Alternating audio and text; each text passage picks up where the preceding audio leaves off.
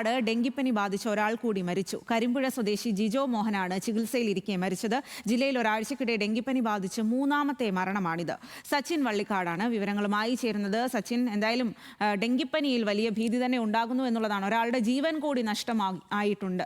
അവിടെ എങ്ങനെയാണ് പ്രതിരോധ പ്രവർത്തനങ്ങൾ? ഇത് കൂടുതൽ ആളുകളിലേക്ക് വ്യാപിക്കാതിരിക്കാനുള്ള നിയന്ത്രണങ്ങളൊക്കെ ഏത് രീതിയിലാണ്? എത്രമാത്രം ജാഗ്രതയാണ് സ്വീകരിച്ചിരിക്കുന്നത്? സ്വാതി, ഒരു മാസത്തിനിടെ 3 മരണമാണ് പാലക്കാട് ജില്ലയിൽ ഡെങ്കിപ്പനി ബാധിച്ച് ഉണ്ടായിട്ടുള്ളത്. ഇന്നലെയോടുകൂടിയാണ്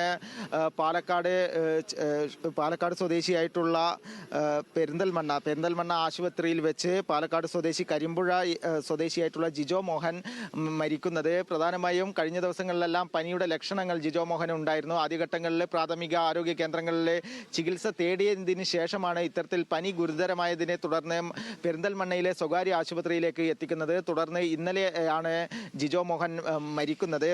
പ്രധാനമായും കരിമ്പുഴയിൽ കഴിഞ്ഞ ആഴ്ചയും സമാനമായ രീതിയിൽ ഡെങ്കിപ്പനി ബാധിച്ച് 62കാരിയും മരിച്ചിരുന്നു. എന്തായാലും ശക്തമായ പ്രതിരോധ പ്രവർത്തനങ്ങൾ തന്നെയാണ് കരിമ്പുഴ മേഖലയിൽ ഡെങ്കിപ്പനിയുമായി ബന്ധപ്പെട്ടുകൊണ്ട് നടന്നുകൊണ്ടിരിക്കുന്നത്. ജില്ലാ ആരോഗ്യ വകുപ്പും കർശനമായ ജാഗ്രതാ നിർദ്ദേശങ്ങളെല്ലാം തന്നെ നൽകിയിട്ടുണ്ട്. എന്തായാലും